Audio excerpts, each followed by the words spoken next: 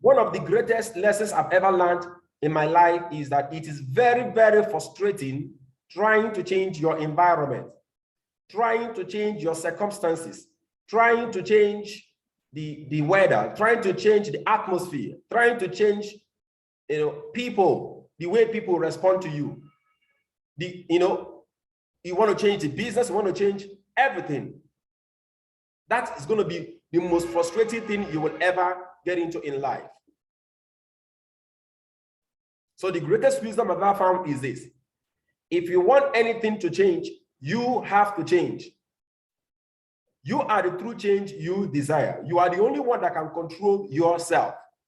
You can't control your environment, but you can control yourself. You can't change your environment, but you can change yourself. And when you change yourself, the environment has a way of on its own readjusting and to change to you. So that's what happened.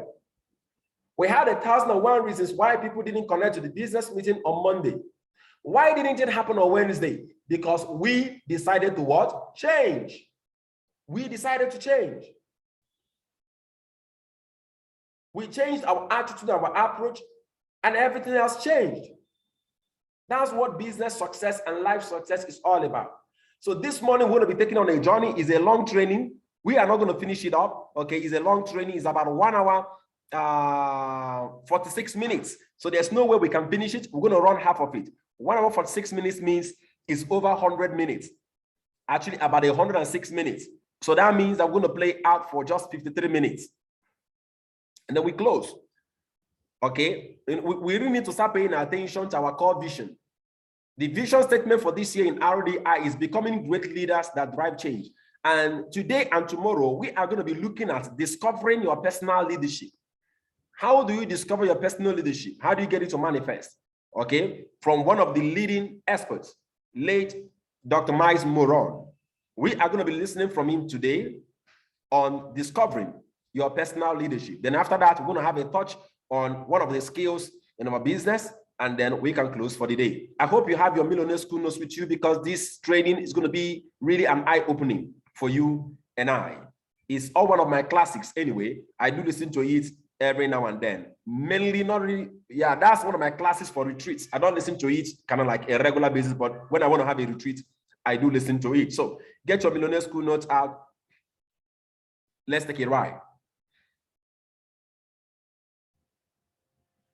Joining us for another power-packed message from Dr. Miles Monroe, provided by Monroe Global Incorporated and MonroeGlobal.com. We transform followers into leaders and leaders into agents of change. We hope that this message is a blessing to you as you advance your life and discover your purpose.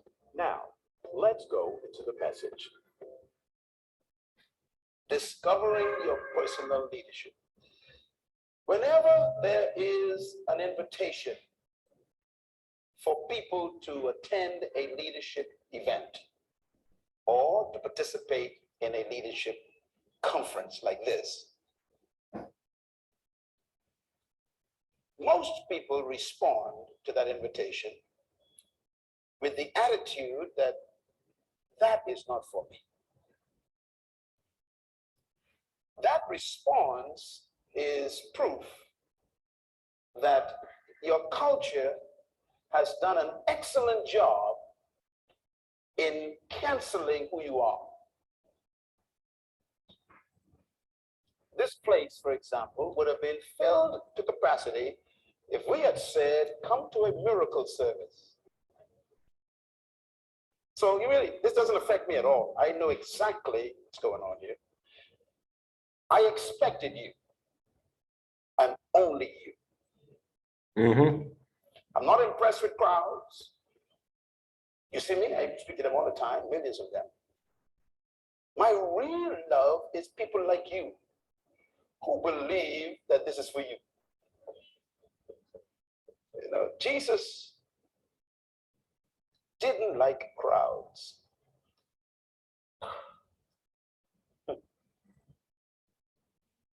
He didn't trust them.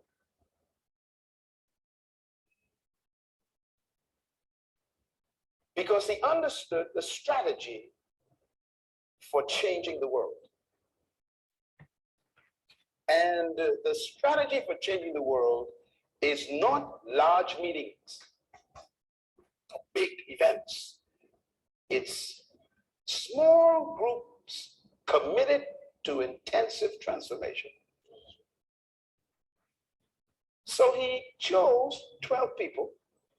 Can you imagine someone who came to change the world only chose 12 people? And his only focus with them was on leadership development.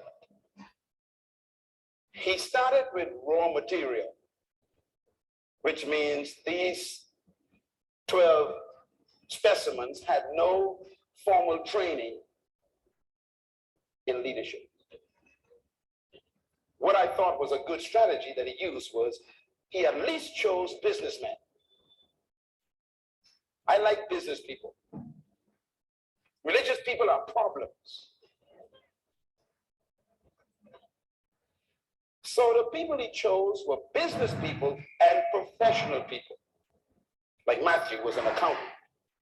Luke was a doctor, a medical doctor. Peter, James, and John owned a fishing company. These were businessmen.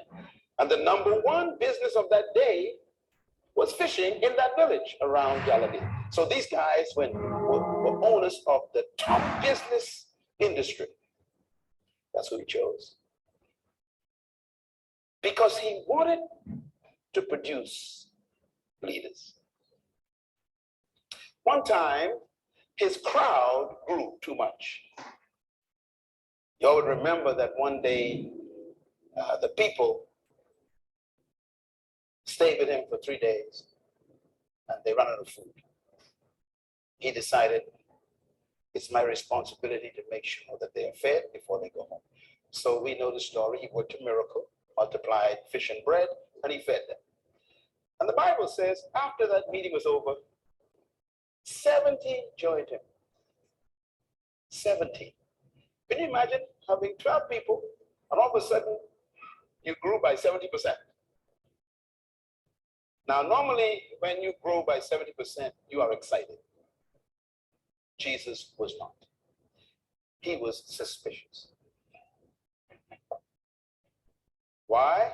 Because he understands big crowds. They are not interested in changing. They're interested in feeding.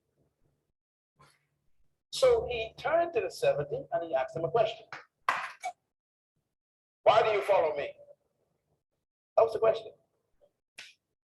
Now, normally, if you are a pastor, and your church grew by 70% in one day, you wouldn't ask that question. Matter of fact, you would say, thank you all for coming. But his suspicion was high.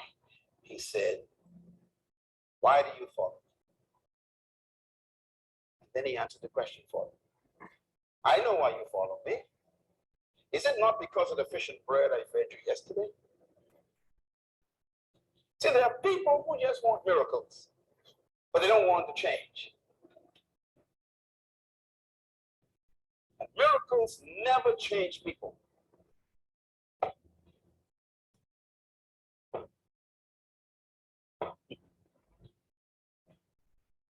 You would remember the children of Israel. They saw more miracles than any of you could dream of. And in the end, they were still cursing God. And then Jesus topped it off by saying, if you seek for a miracle, you are a wicked and adulterous generation. So he asked them, why are you with me? It's only because of the fish and bread. You just want stuff from me. You want handouts. You people are interested in changing the world. You just want welfare. Watch him now. He says, look, if you want to follow me,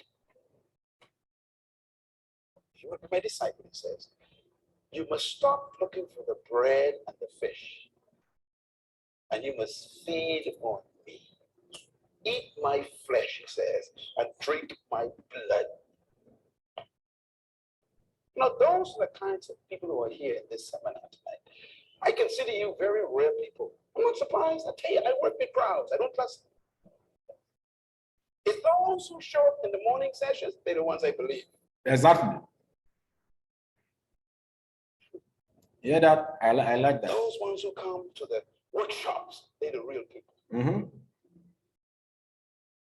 Like our millionaire They're the school. ones who God will spend his time with and give them what they expected and more. The Bible says, when the 70 heard this, I must eat your flesh and drink your blood, feed on you.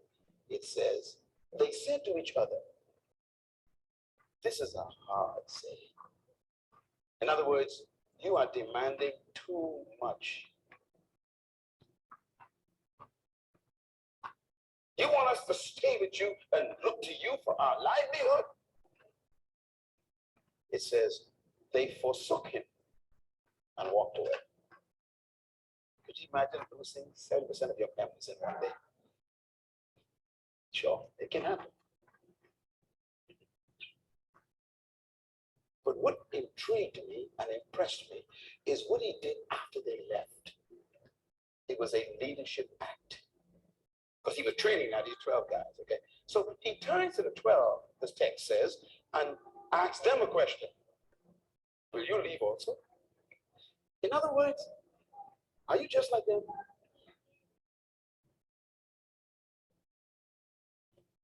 He also meant, I will do this by myself.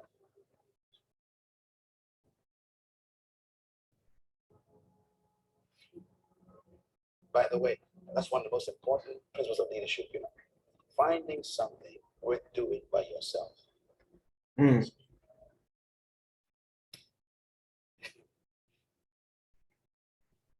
If you need people to like you and approve of you, for you to do what you're doing, you are not a leader yet. Mm.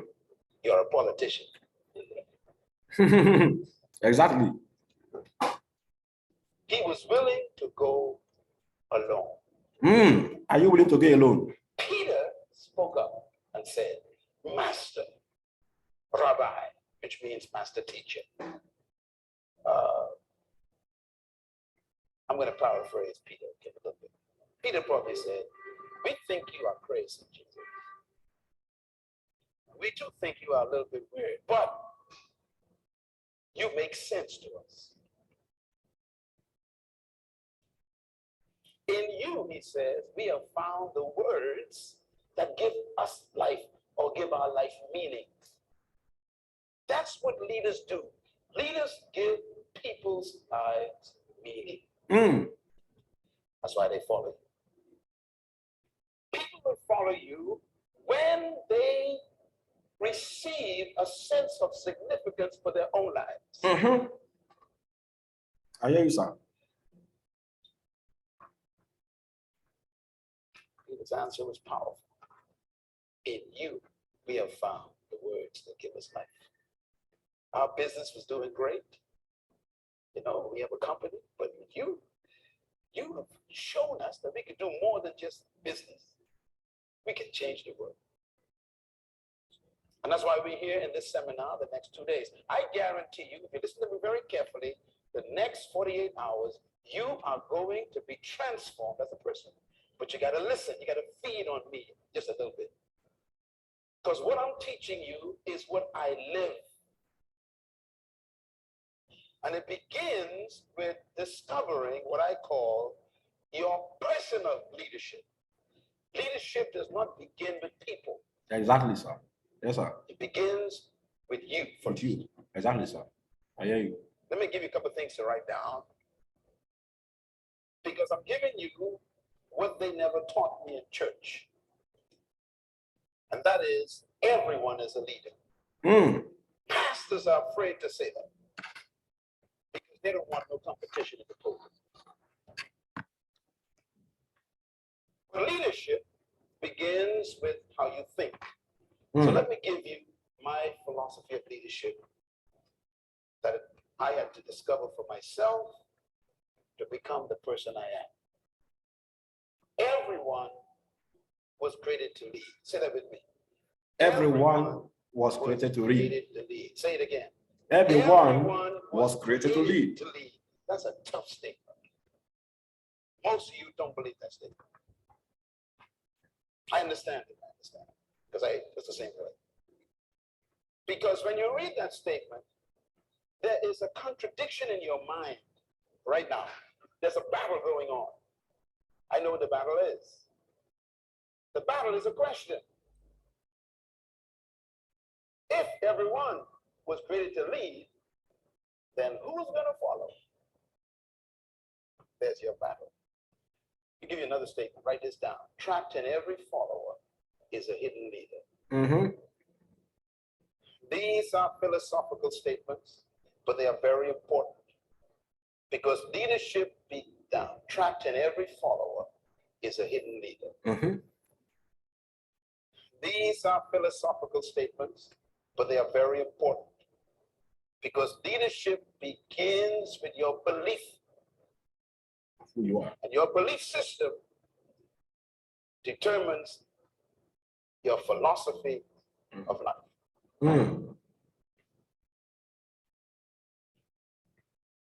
If every follower is a leader, then the question becomes a problem again.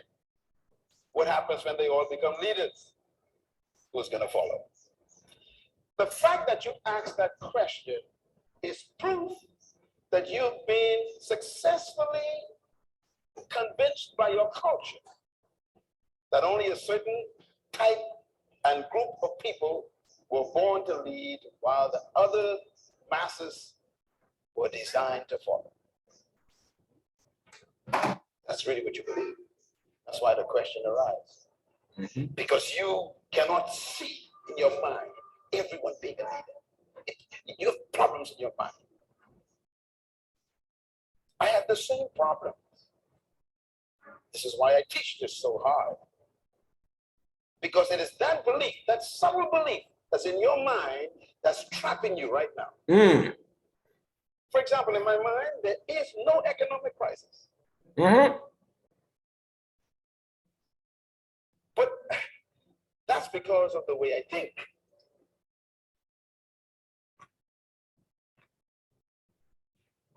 So your thinking is your life.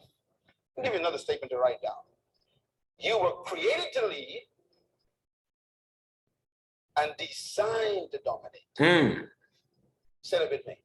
I was created to lead and designed to dominate. Now the words are very powerful. You don't evolve into a leader. You were created to be one. The manufacturer actually had leadership in mind when he created you. Exactly, sir. I hear you. But look at what they've done to you. They've made you an employee. Right. And they told you where you can be employed, where you cannot be employed. And then they restrict how far you can rise in that employment. What have they done to you? It's because nobody has challenged the system. This philosophy is not new that I'm teaching. It's as old as God. Write this statement down, please. True leadership is self-discovery. Self-discovery. True leadership begins with an individual discovering something about themselves. That's when it really begins. And you will never become a true leader until you are introduced to yourself. You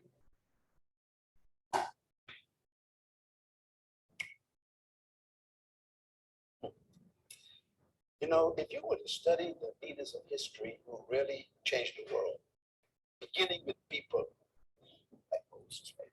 You know, here Moses is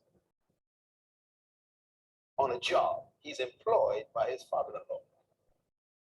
Employment. So he thinks he's a shepherd.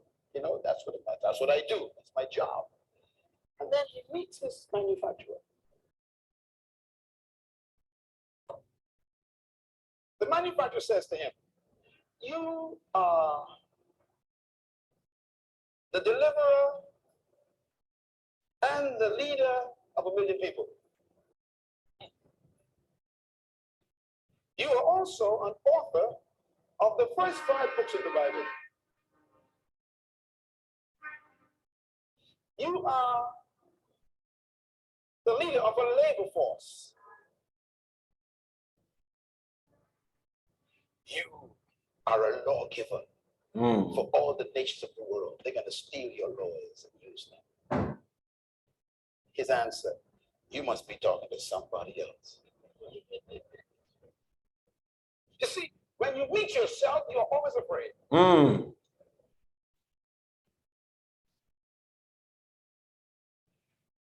Most of you are afraid of yourself. Exactly. Because yourself does not agree with who you've become.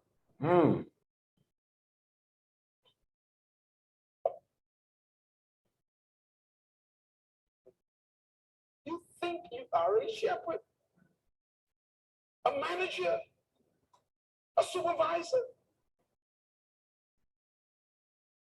and your real self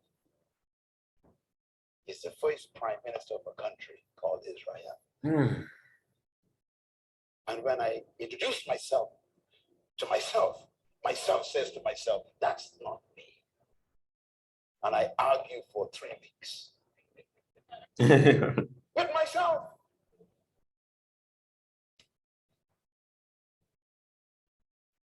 Gideon. Remember Gideon? Hiding under the floor, trembling in fear from the enemy outside. And then the manufacturer shows up. Good evening, Gideon. Do you know who you are? You are a mighty man of Allah. Gideon says, who are you talking to? You see, when you meet yourself, you can't believe yourself. And we are so corrupted by our culture, we actually argue with ourselves with good arguments. Gideon says, I was born in the wrong family, born in the wrong clan, born on the different side of the track. Are you crazy? People like us don't be ballers. We ain't mighty warriors. We are cowards. Manufacturer says, you are a mighty man of valor. He said, tell you what I'm going to do. I'm going to put a fleece outside in the morning. If it's wet, I'll believe you. So he put a fleece, it's wet. He said, just to make sure, I'll put it out again if it's dry in the morning. In other words, here we are fussing with ourselves. You know why I came here to this conference? I came here to introduce you to yourself.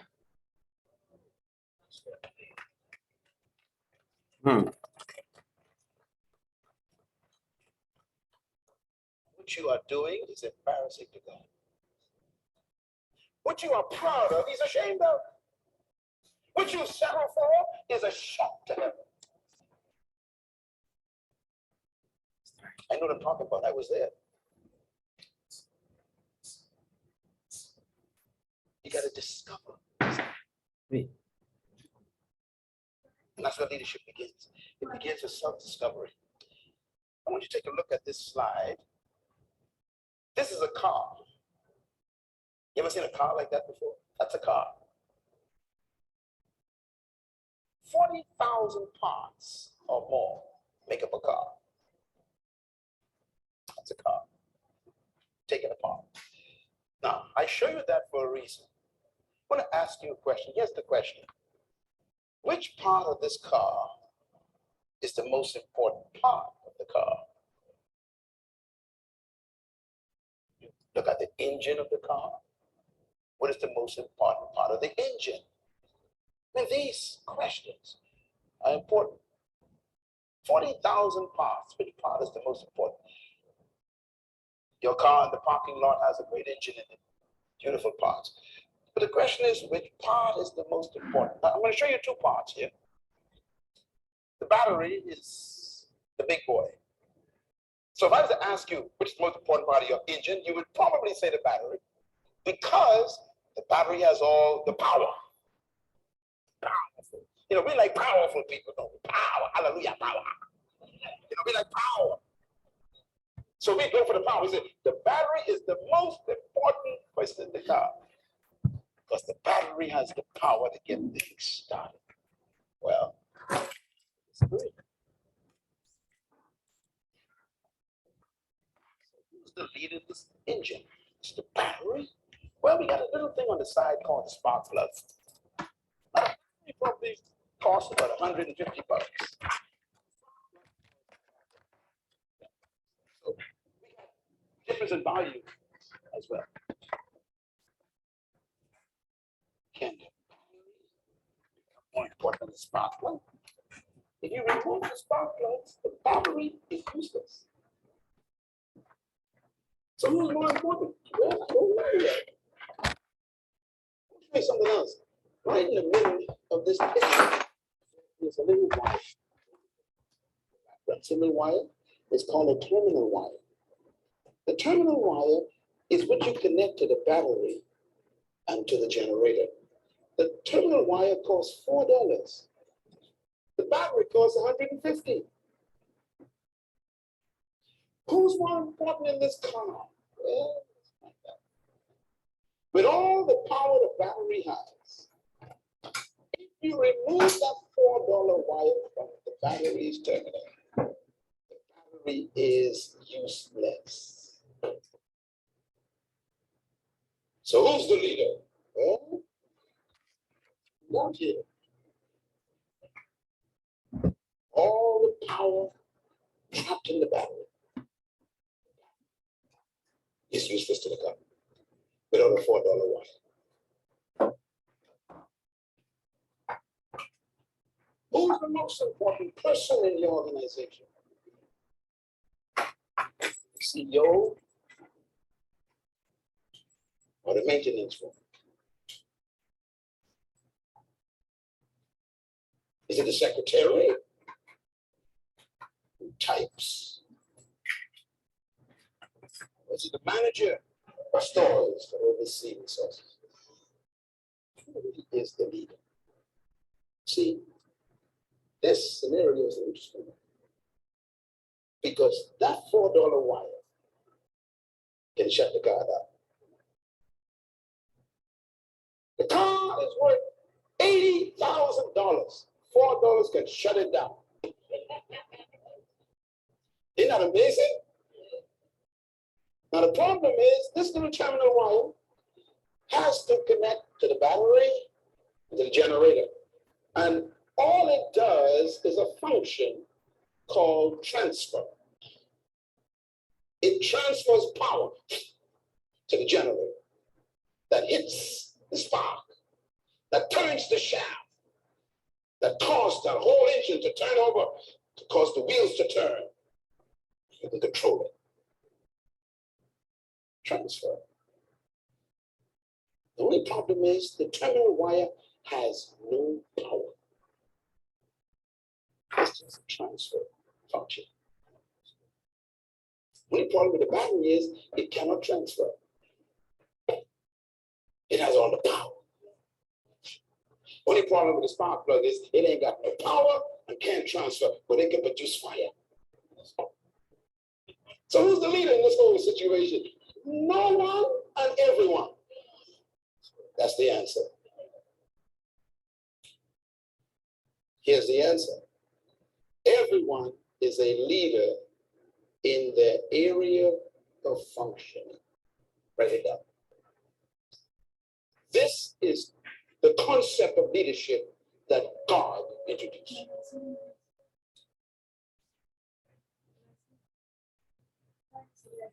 Every part of the car is a leader in its area of functioning. So we have to respect each part.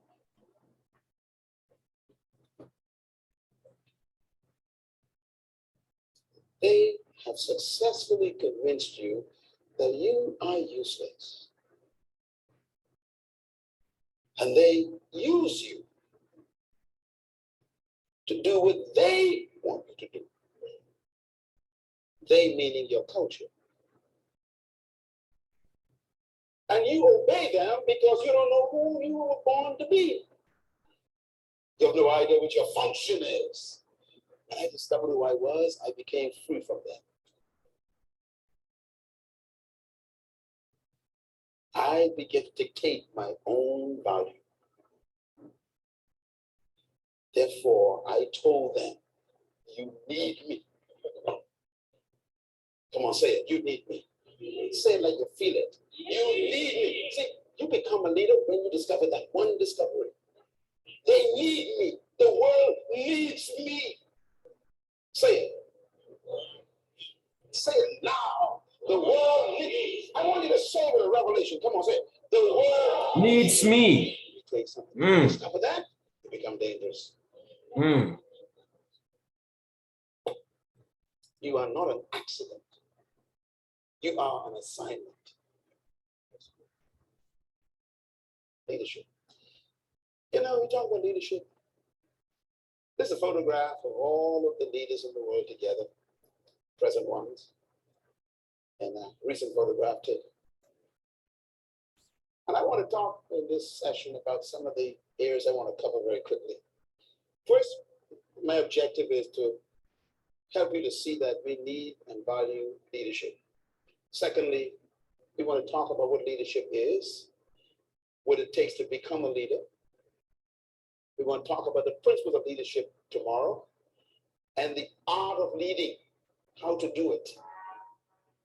And then we want to talk about the cost, the price of becoming a leader. It is costly.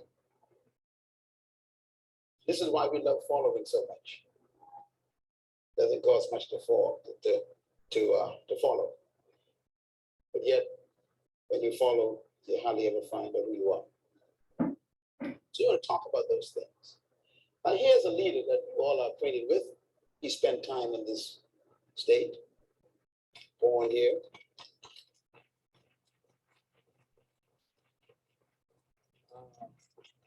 Walking through the airport of this state capital, they have his coat and tie. You wonder, why would someone want to put a man's coat on display in an airport? And we won't ever see your coat. I'm going to explain to you why. Okay? And hopefully, if you get this revelation we'll teach you in this leadership seminar, they'll want your coat also.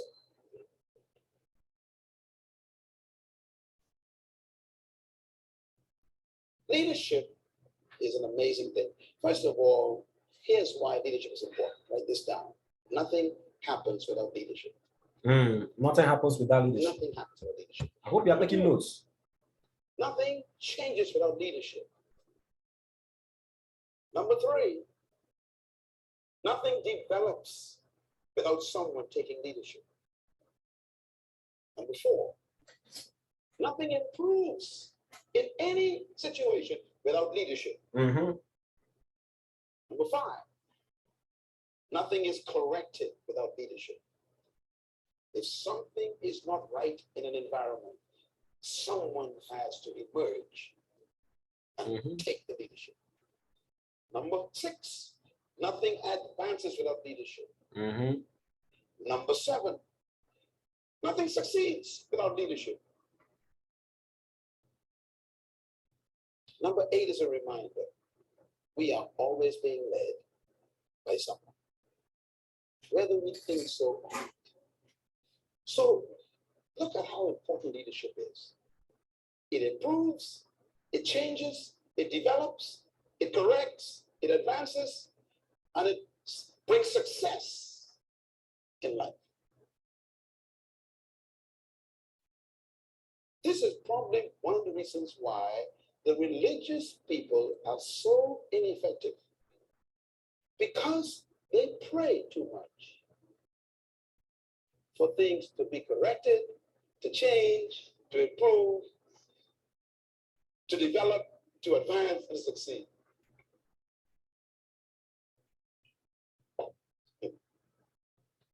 I think one day, Rosa Parks decided to stop praying.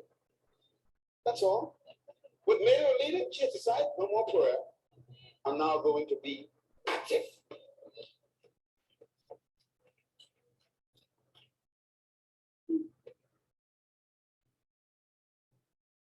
This is why the drug problem in your community is so diabolically destructive. But you keep praying, you wouldn't do anything. Leadership is born when toleration ends. Mm. Mm. Why? Whatever you tolerate, you will never change. What did I say? Whatever you tolerate, you will never change. This is why there are very few leaders in your city. Your toleration level is very high. Leaders are usually angry people. As a matter of fact, you will learn tomorrow night the secret of becoming a true leader. And one of the secrets is anger.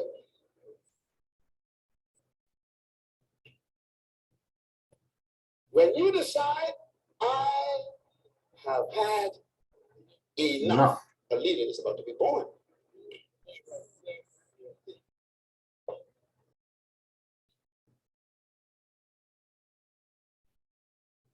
Toleration is the graveyard of leaders.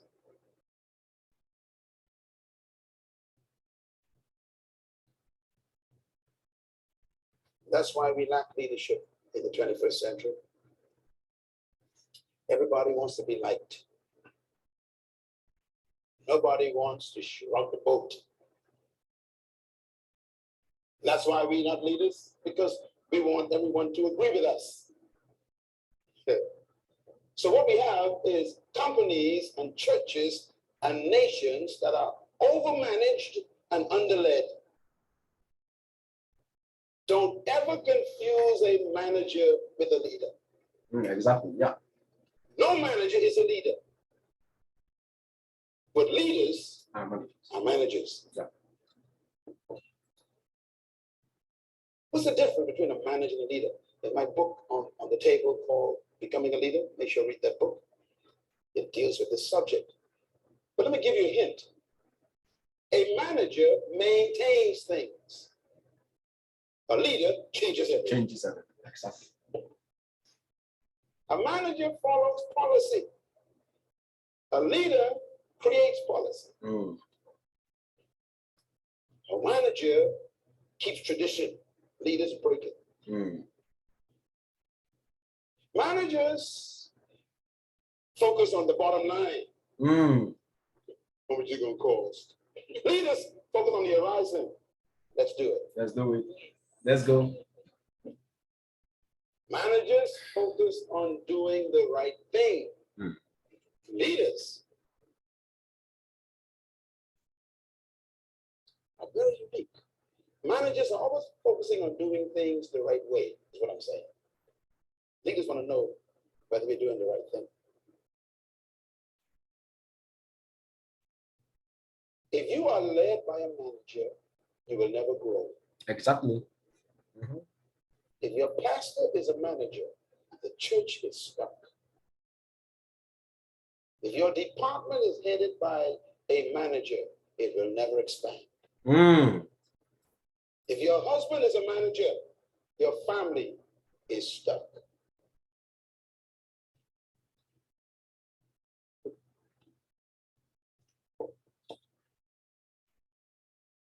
So we need managers, but we need leaders more than managers.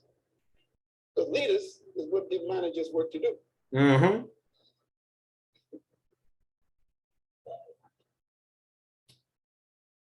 Let me ask some questions. These are interesting questions I pose to students everywhere I teach this in universities and I do surveys. And here's my question I give them. Is leadership about power? What do you think? No, okay. Is it about position? Is leadership about talent? You sure? Is leadership about skill? It's a skillful person. Is leadership about authority? Is leadership about status in your society? Is leadership really about charisma? Mm-mm.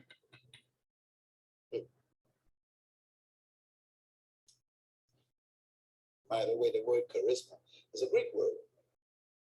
It's a very dangerous word. It's been invented by the Greeks. Some of y'all call Hypocrites. yourselves charismatics. Be careful. Hypocrite. It's a Greek word. It means giftings of the gods. Plural. Gods.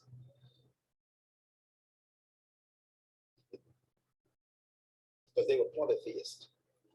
They believed in many gods. Charisma. Giftings of the gods. Paul used it. He borrowed the Greek word to teach on the gifts of the Holy Spirit. But it's a Greek word.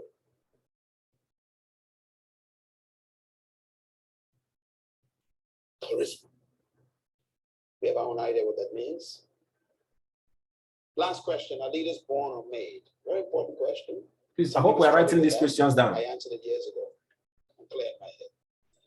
So the question is, when does one become a leader? It's a tough question, you know, because the question would be, when did Rosa Parks become a leader? See, you don't need to be a PhD from a college to be a leader. You can just be an old lady on the bus. I told you everybody's a leader. Everybody's a leader. The problem is they haven't told you how to become one. She discovered something.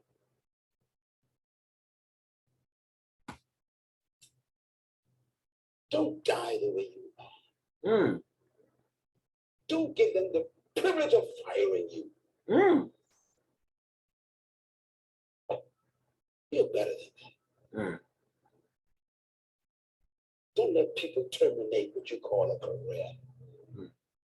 How dare you allow people to cancel your life with a pink slip? This is crazy.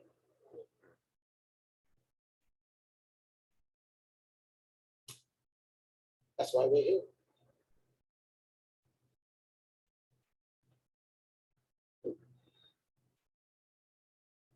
The dumbest animal on the planet is a sheep.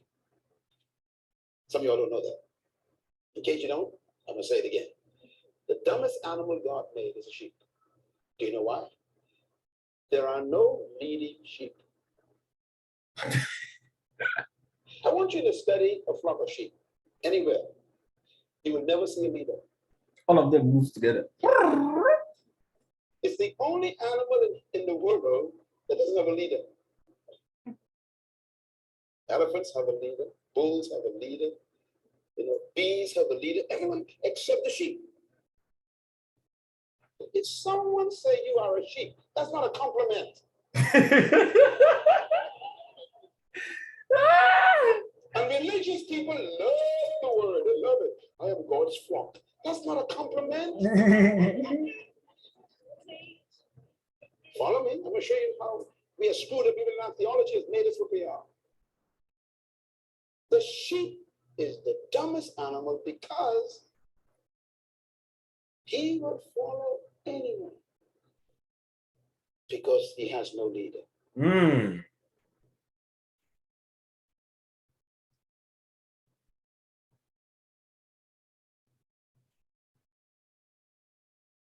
So I have a little test for you. If an army of sheep is led by a lion,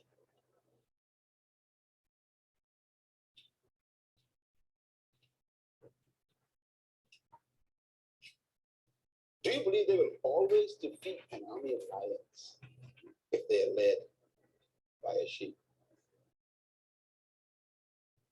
The answer is yes. An army of sheep led by a lion will defeat an army of lions if the lions are led by a sheep. What's the moral of this parable? Here it is. Write it down. Number one, leadership determines the quality of the followers. You know, a good leader can transform cowards into warriors. A good leader can transform frightened people into fearless people. Again, what a state to be teaching this principle. The state of Georgia. Years of oppression. And then a short little preacher became a lion. And he motivated frightened people to stand in the face of water hoses. He turned little girls into giants who could face dogs. This is leadership is so powerful. It can transform cowards. Here's what it means. Number 2, leadership determines the mentality of the followers. Mm-hmm.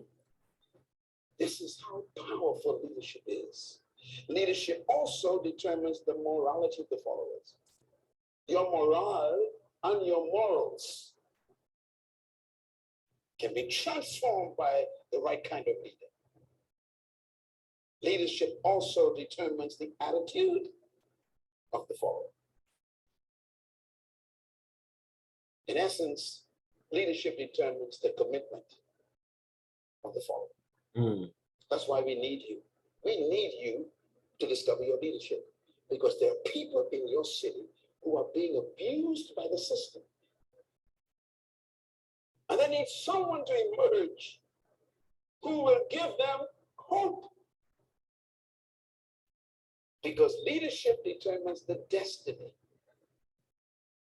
of followers. I couldn't say it any better than my own greatest leader of all time, Jesus Christ, the ultimate leader of life, when he said these words: if the blind lead, wow. If the blind lead the blind, he says, they both fall into the ditch, which means the leader determines the destination of the followers. That's how powerful leadership is. Let me tell you something about your life. You are exactly where someone made you.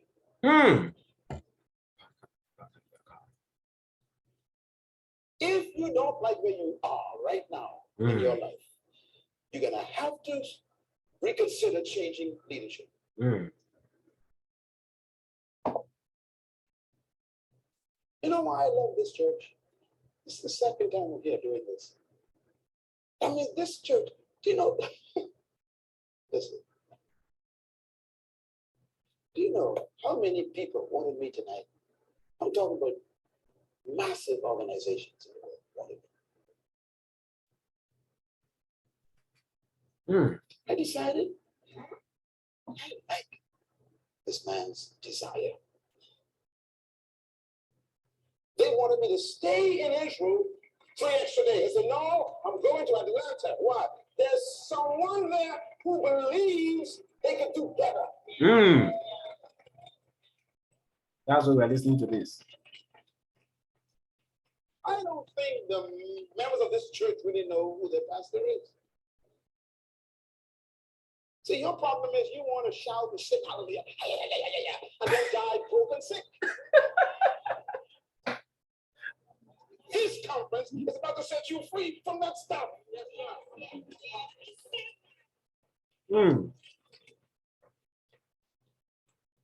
It's been so sad. So people, they don't have any religious, feel all this emotional stuff. Because they are sheep.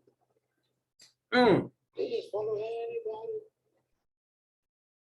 People come in town with a white suit, white Bible, white shoes, they run to that person.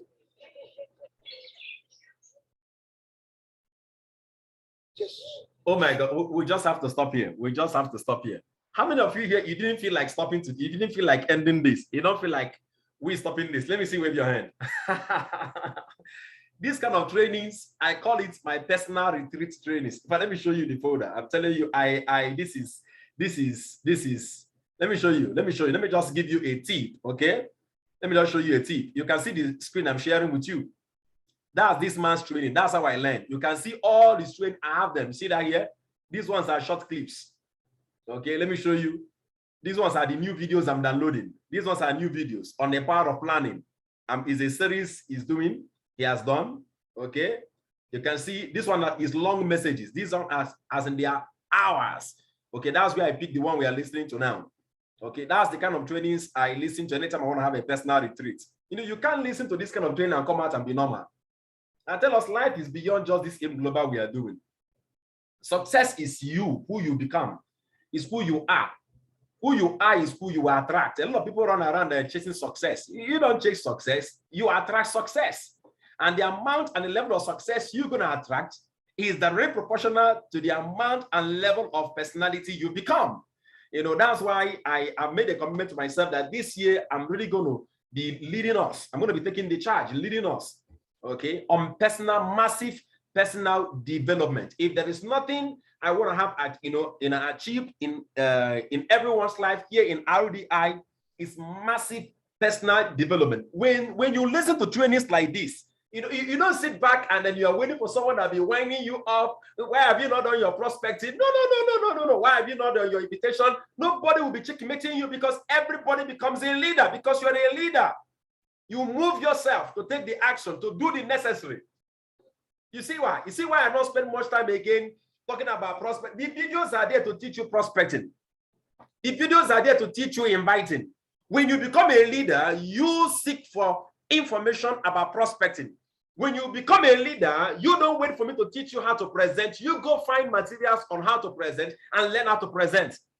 When you become a leader, you don't wait for Genoso to give you a manual on how to follow up. You go get manuals. You ask me, sir, I need this, I need that, because you've taken responsibility. That's exactly where I'm leading also. I don't want us to be like sheep that will be sat, that will sat down every time. You see sheep, they're always overfed, overfeeding you every now and then. I don't want to do that anymore. I want to raise people that will take responsibility for their own growth process. And that's what leadership is all about. And that's why I'm doing what I'm doing. So tomorrow, we continue with the series. Okay. In fact, I've received so many messages already in my private chat here. Engineer, please make sure you send us this video. Make sure you send us this recording, please. I am going to do that. Okay. I'm going to do that. Make sure you listen to this training over and over again.